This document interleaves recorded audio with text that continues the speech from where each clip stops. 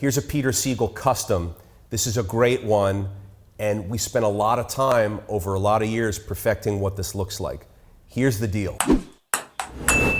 In multifamily, how often does the phone ring off the hook? At 7:30 at night, at 5 in the morning, whenever. Hey, management office, my neighbor upstairs is loud. Can you call them and tell them to shut their music down? Or, hey, management office, my neighbor upstairs, the dogs are barking and I can't get my work done and it's a pandemic and I'm working from home and what the fuck, right?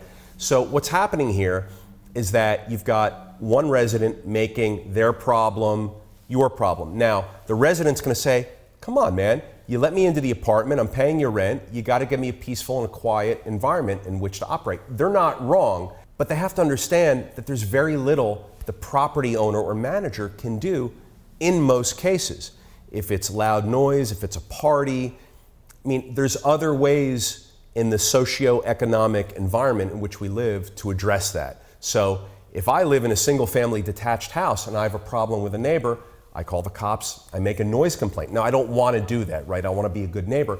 I'll go over there first and say, hey man, can you turn it down a little bit? Or, hey, it's 3 in the morning on a Tuesday, we're trying to sleep, can you turn, like whatever the deal is, but in real life, outside of a multi-housing situation where you've got 50 units or 100 units all stacked on top of and next to each other, you got to go next door and deal with it with your neighbors. So we put a peace and quiet clause into our lease document that says, look, you got to go and deal with your neighbor, or you have to call the cops if it's really bad, but make sure it's really bad first.